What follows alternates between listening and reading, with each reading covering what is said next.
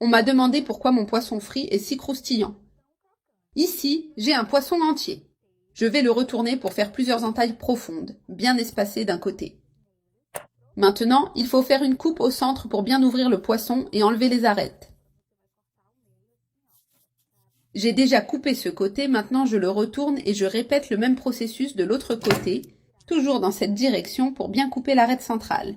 De cette façon, toutes les arêtes seront très petites et elles se désintégreront facilement lors de la friture sans gêner à la dégustation. Le poisson est entièrement découpé. Maintenant, je le mets dans ce bol.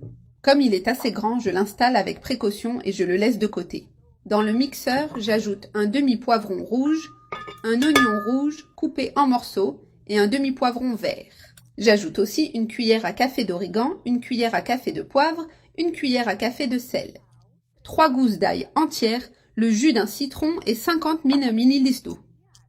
Maintenant, je ferme le mixeur et je mixe le tout jusqu'à obtenir un mélange homogène.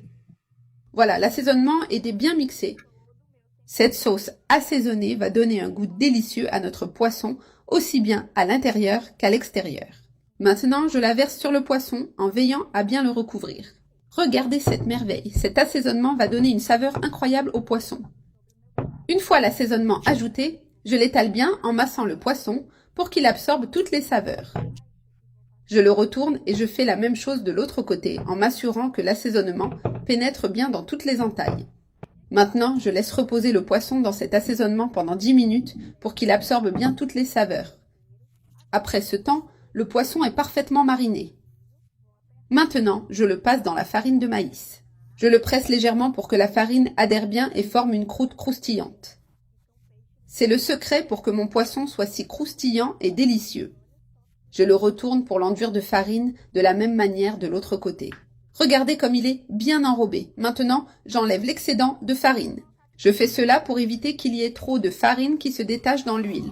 Maintenant, avec précaution, je place le poisson dans la poêle avec de l'huile chaude. L'huile ne doit pas être trop chaude, sinon il brûlera avant d'être bien cuit à l'intérieur. Maintenant, il ne reste plus qu'à attendre qu'il dore bien. Le poisson est bien doré d'un côté. Avec 2 grandes cuillères, je le saisis avec précaution pour le retourner. Regardez cette merveille, il a déjà l'air incroyable. Je le retourne avec précaution pour qu'il cuise uniformément de l'autre côté.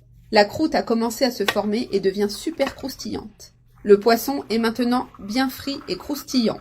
Je vais le retirer de la poêle. Regardez comme il est doré et sec. Maintenant, je le place sur une planche pour le servir. Et voici le poisson prêt, bien doré et croustillant. Totalement frit et avec une texture spectaculaire. Regardez cette merveille. Juteux à l'intérieur et super croustillant à l'extérieur. Et regardez cette croûte, un poisson incroyable et délicieux.